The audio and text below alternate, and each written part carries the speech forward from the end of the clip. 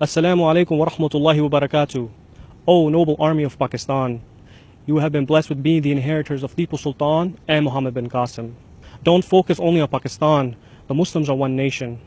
Our brothers and sisters in Palestine have been killed in every direction by Israel. Just weeks ago, from the footsteps of Masjid al-Aqsa, thousands of people have been screaming for the army of Pakistan to come and liberate Palestine.